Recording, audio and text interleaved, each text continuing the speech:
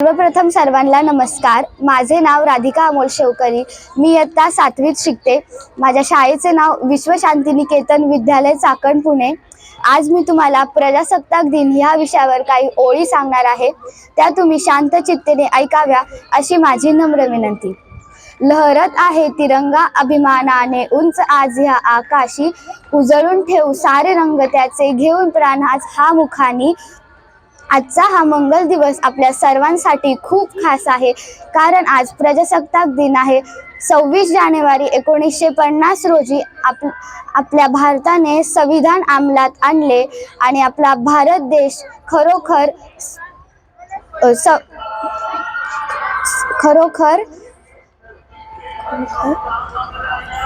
लोकशाही प्रजासत्ताक देश बनला. डॉक्टर बाबासाहेब आंबेडकरांनी ही राज्यघटना तयार केली.